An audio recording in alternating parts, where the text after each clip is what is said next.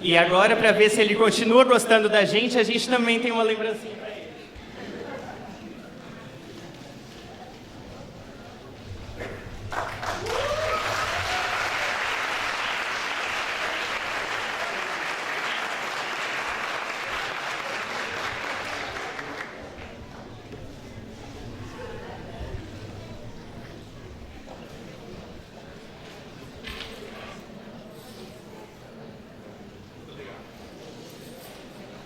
Sem mais qualquer outro protocolo para poder ser quebrado, declaro aberto, então, o 6º Simpósio Regional Direito e Cinema em Debate.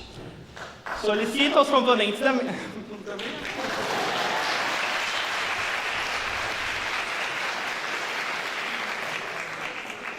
Solicito a todos os componentes da mesa que tomem os seus lugares no auditório para o início das nossas atividades. Muito obrigado.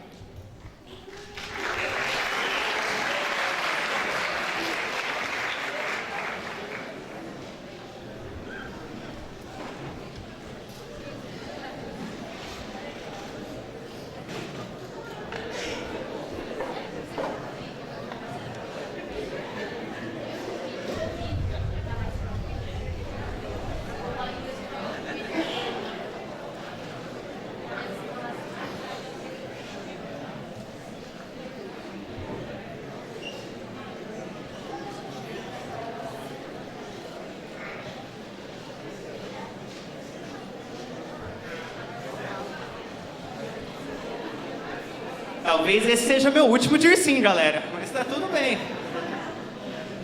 Bom, agora sim, gostaria de chamar ao palco o palestrante de hoje, o professor Dr. Galdino Luiz Ramos Júnior, para a nossa palestra de abertura do 6º Dircim.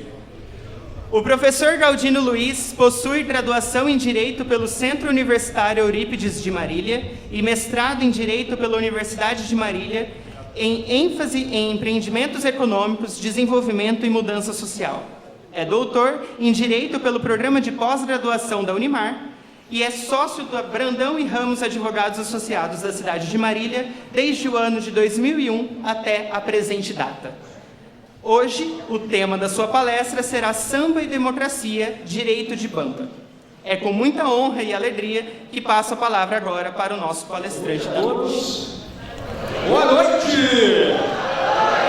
Isso, vamos esquentar esse jacarezinho aí. Tá muito frio, pelo amor de Deus. Deixa eu agradecer o convite do professor Renato Bernardi aqui. Uma justa homenagem que se faz, eu sei, da preocupação do professor Renato com esse evento.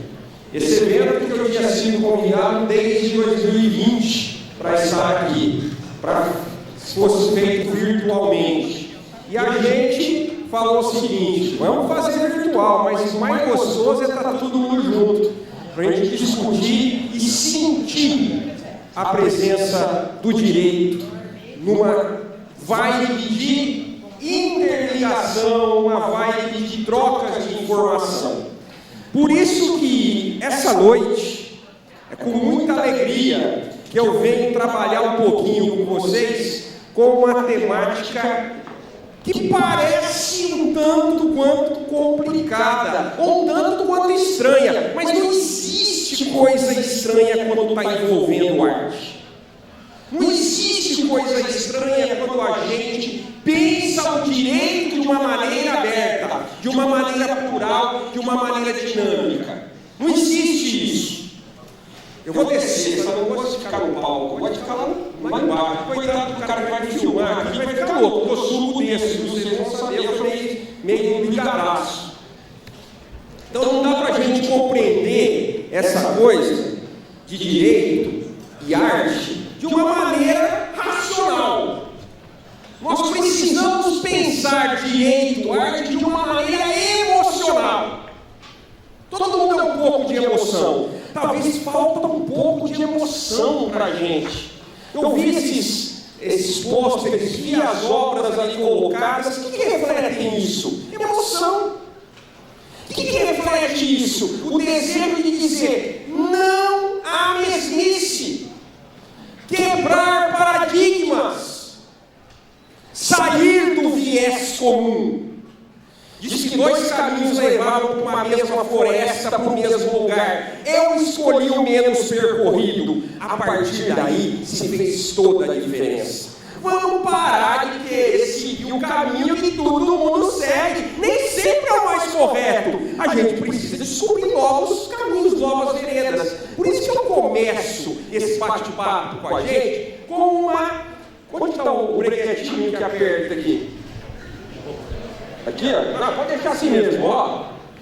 Eu começo esse bate-papo nosso dizendo o seguinte, com o grande filósofo José Ortega y Gasset. Eu quero que vocês olhem lá para mim. Eu sei que eu estou bonito, mas olhem lá, para a tela, para vocês verificarem. Cara da filmagem, vem cá, nós estamos juntos, porque vai ser duro aqui, ó. Estamos aqui agora, beleza? Então olha só. As dificuldades em que tropeço para realizar minha vida são precisamente o que desperta e mobiliza minhas atividades, minhas capacidades. Se meu corpo não pesasse, eu não poderia andar. Se a atmosfera não me oprimisse, sentiria meu corpo como uma coisa fofa, vaga, fantasmática. O que é isso? Até o nosso pulsar, a nossa existência, clama uma reação da gente, clama uma resposta da gente, clama um diálogo real da gente com a sociedade.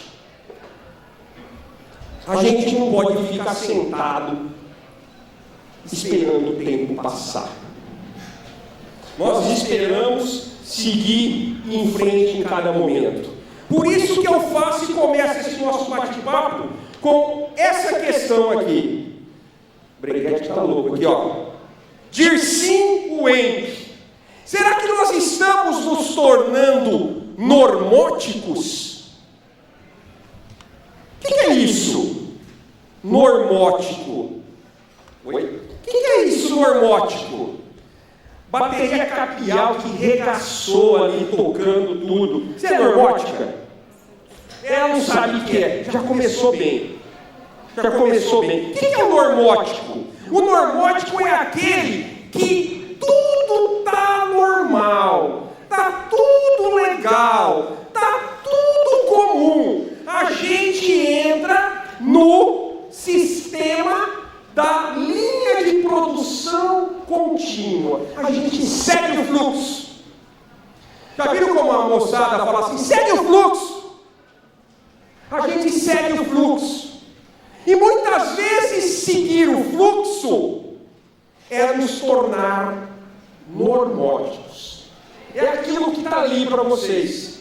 Acordo de manhã, escovo meu dente, dou aquela cagada, levanto, saio, vou para a faculdade, volto, almoço, volto para trás, vou em casa, como alguma coisa, durmo, namoro, faço alguma coisa, começa a decidir de novo, tomo banho, dou aquela cagada, começa toda essa história.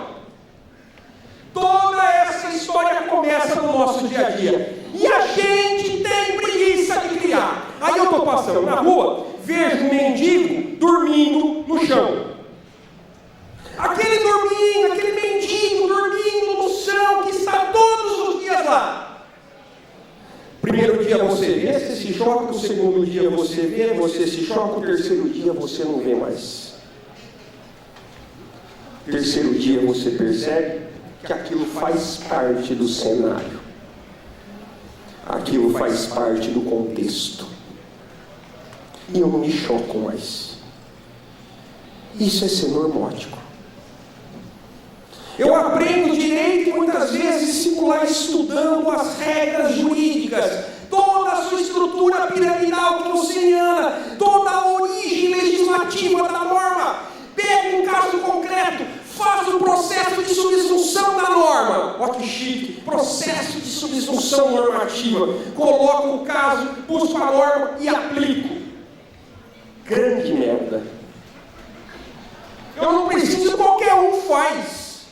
Eu quero estabelecer o seguinte: como que eu consigo superar esse processo hermenêutico, clássico, técnico, formal e muitas vezes conservador de aplicação do direito. Eu preciso quebrar paradigmas. Eu preciso pensar o direito de uma maneira aberta, de uma maneira valorativa, de uma maneira axiológica. Pô, para que falar uma coisa difícil assim? Preciso pensar o direito com uma ideia da sociedade. Para que o direito está sendo criado? É o que nós estamos fazendo aqui numa noite de segunda-feira, 29 de abril, num dos eventos mais reconhecidos de direito e arte do país, aqui de Jacarezinho. Pensando na segunda-feira, uns comendo pipoca, outros olhando o celular, outros olhando para mim, outros paquerando, outros pensando na vida, outros pensando o que vão fazer depois. Mas nós estamos aqui. E isso é a questão. Então a primeira coisa que eu peço para vocês, nós devemos criar a ideia de que ser normótico é o grande problema do mundo atual. E a gente muitas vezes cai nela. E como que eu faço para me romper isso daí? Como? Utilizando o direito para isso. Eu falo de dois termos que eu uso todo dia na minha vida de manhã: insurgência e emancipação. Eu preciso me insurgir. Eu preciso me rebelar. Porque a partir da rebeldia, e de uma rebeldia criativa, é que eu me emancipo. O que é ser emancipado? Porque eu não vou falar da emancipação parental que vocês estudam, legal ou judicial, que está lá no artigo 5º do Código Civil, e eu sou professor de Direito Civil somente há 25 anos. Eu não falo da emancipação, eu falo da emancipação humana, da emancipação de vida, da emancipação de alma. O direito emancipa o ser humano, o direito emancipa a alma. E para eu emancipar, o que eu faço, Galdino? Primeiro, eu tenho que reconhecer que não existe um só centro de poder do direito. Direito, ele não nasce de um centro de poder só. A ideia clássica do direito estatal, aquele direito único produzido pelo Estado através de seus órgãos legiferantes competentes, produzidos através das competências, racione de matérias, e aí vai aquela coisa que você estudar. Não, eu defendo um direito que emana, que faz nascer o poder da periferia. O que é periferia aqui? Periferia é tudo aquilo que se distancia do centro do poder e que muitas vezes é esquecida, que muitas vezes é deixada de lado, que muitas vezes fica nos discursos políticos, mas não tem aplicabilidade efetiva. Eu preciso criar um direito comprometido com várias fontes produtoras. Por que eu estou dizendo isso, professor? Porque eu faço essa pergunta para vocês aí. Como realizar a insurgência e a criação de espaços alternativos de poder e de direito? Como que eu crio esses espaços de poder? Como que eu crio esses espaços alternativos de surgimento do direito? Vocês acham que o direito só surge realmente dos códigos? É isso? Sim ou não? Sim ou não? Ah, bom. Também, né? Também surge do código. Não é pegando o código jogando fora, mas isso nós estamos falando aqui, não. O direito não surge só dali. O direito deve brotar de outros lugares. Será que o direito brota daqui? A violência obstétrica retratada na série Instituto Voltaire nos casos de gravidez na adolescência? O direito surge ali? Se eu pegar outro aqui, ó. Sangue com dignidade, ou Pedro Pedreiro e a eterna espera, uma ligação entre capitalismo e criminalidade. O direito surge aqui? O direito surge naqueles quadros que estão ali no saguão, feitos por jovens, muitos deles com a liberdade privada, e estão produzindo. Eu vi um cara com tamborim, com pandeiro ali, professor Renato, que eu quase falei, queria comprar esse quadro, porque eu achei de uma sensibilidade tamanha, feito por um jovem que está sofrendo. E conseguiu, no sofrimento dele, fazer uma imagem de carnaval. Já dizia o grande filósofo contemporâneo Terra Samba, lá na Bahia, como esse povo tão esquisito consegue levantar a panela vazia e fazer carnaval. A gente é assim. A gente levanta a panela vazia, bate e faz carnaval. A gente é um misticismo brasileiro.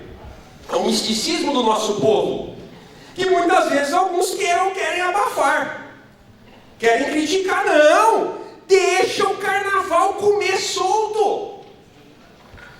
Deixa o carnaval produzir versos. Deixa o carnaval mobilizar a democracia, professor.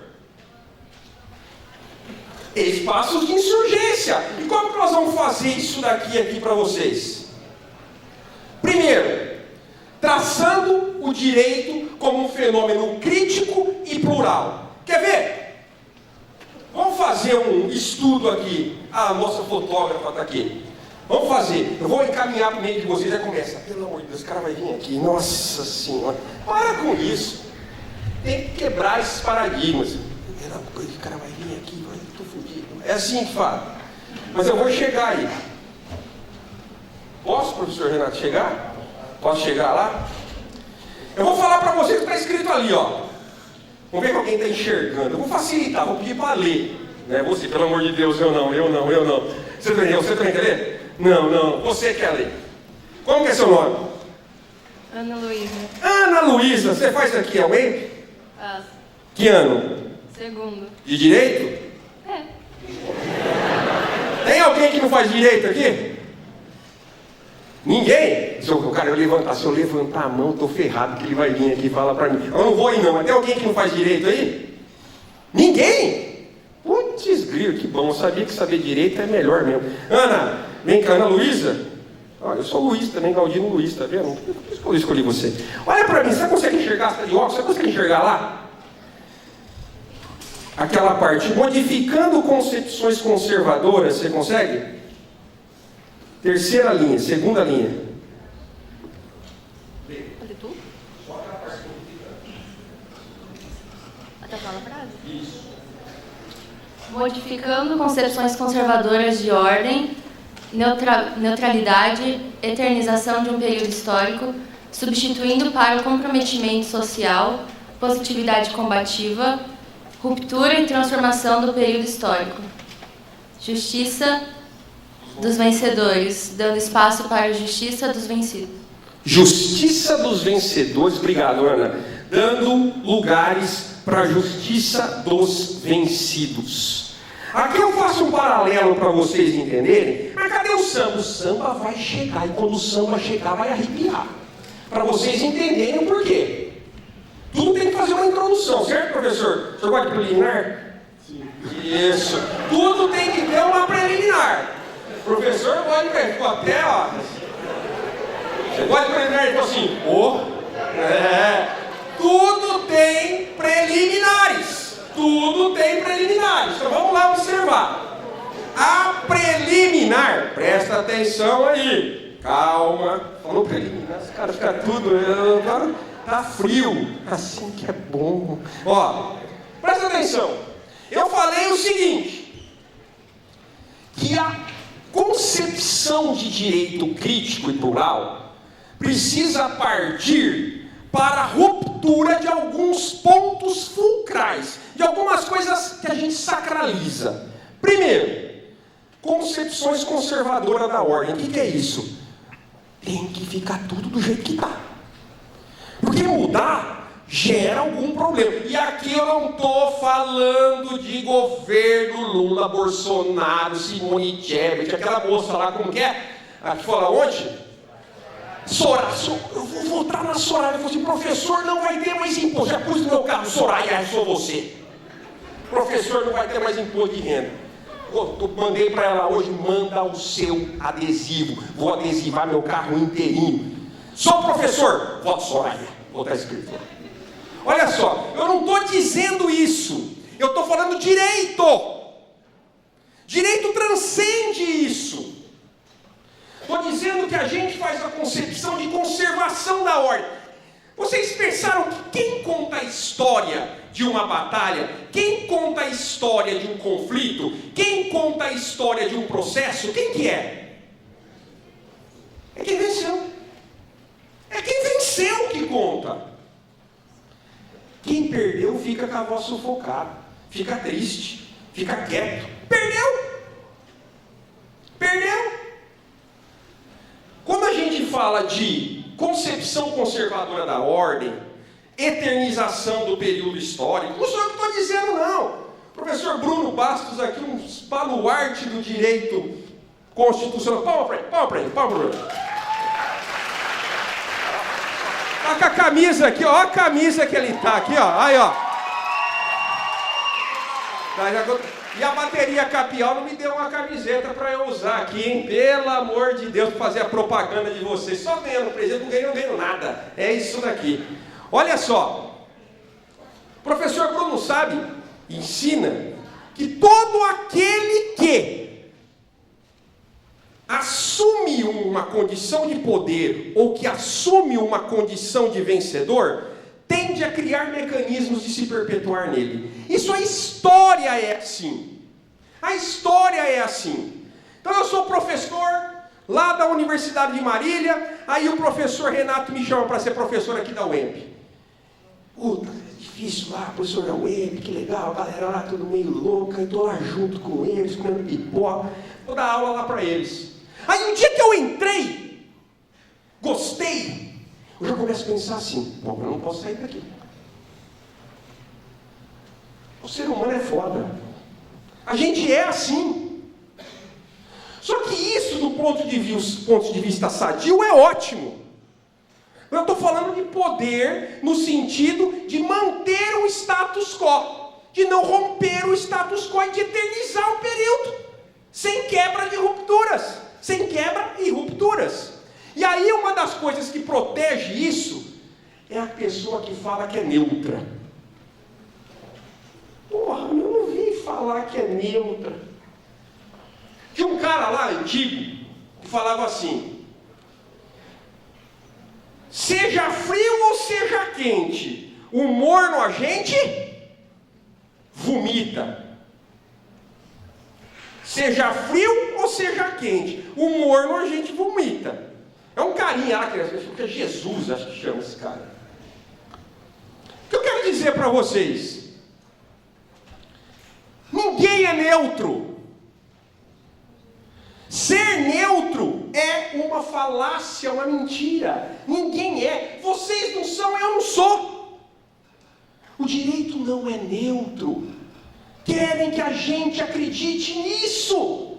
Querem que a gente engula isso, como tantas coisas que foram passadas anos, décadas, centenas, milhares de anos em nós. E aí, meus amiguinhos, a gente precisa ter instrumento para fazer acordar.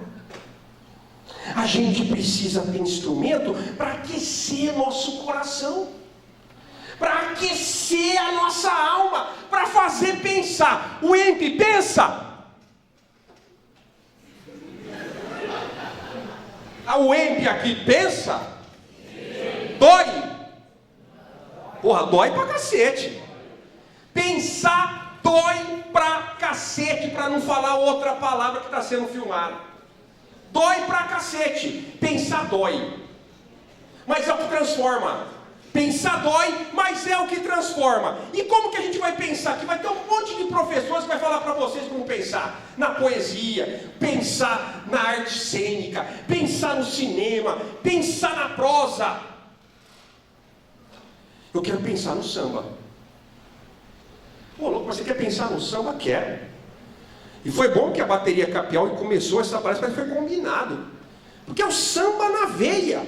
Samba na veia. E como que a gente vai fazer o samba como esse momento?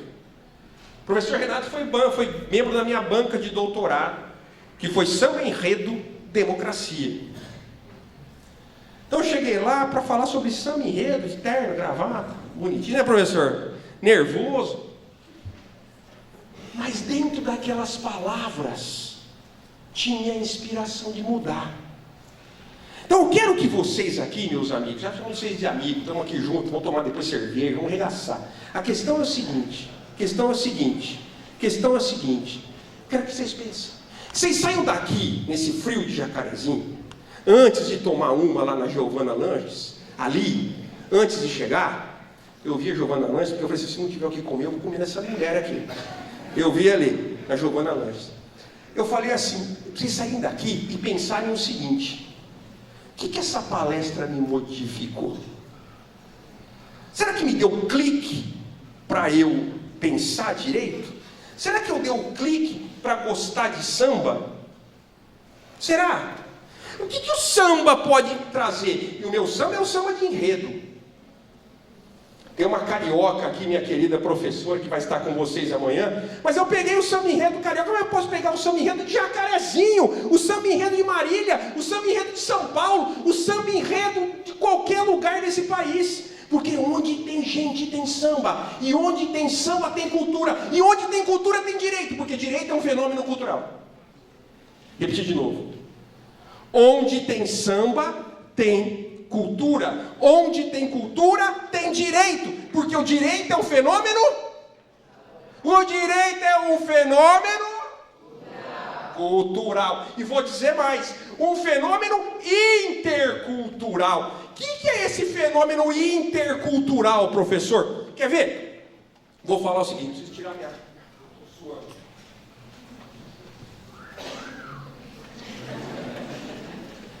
Gostoso pra cacete. Eu falei que se eu fosse mulher, tu queria me beijar todo dia. Seguindo aqui, olha só. Vou dar um exemplo para vocês de direito intercultural que a gente fala. Vocês já viram falar de multicultural? Mundo multicultural? Acho que ouviram, né? O que é o mundo multicultural? Todo mundo respeita as diferenças uns dos outros. Antítese, tese, se confrontando. Respeito. Eu não falo do mundo multicultural, porque o mundo multicultural também muitas vezes serve como exclusão. Peraí, professor, o senhor está dizendo uma coisa doida, Heitor. Direito tem que ser um pouco de doideira. Direito tem que ser um pouco de emoção. Nunca percam a emoção. Vou falar sempre isso. Afrouxa a gravata, doutor. Relaxa, doutor. É isso daí. Tem que perder a sisudez do direito. Olha só que interessante. Interculturalidade, vou passar para vocês um conceito para vocês guardarem. Se vocês quiserem esses slides aí, é só pedir que eu não vou dar. Olha só ali, o que diz o mundo intercultural? Olha só. Vamos pensar um pouco nisso, príncipes e princesas. Multiculturalidade admite diversidade de culturas. Interculturalidade, confrontação, entrelaçamento, aquilo que sucede os grupos em relação de trocas. Enquanto a multiculturalidade diz o seguinte: vamos nos respeitar cada um no seu quadrado, aqui não. Nós vamos colocar o quadrado dentro do triângulo, o triângulo dentro do círculo, o círculo dentro do retângulo. Nós vamos trocar informações, trocar experiências. Isso é interculturalidade. O direito é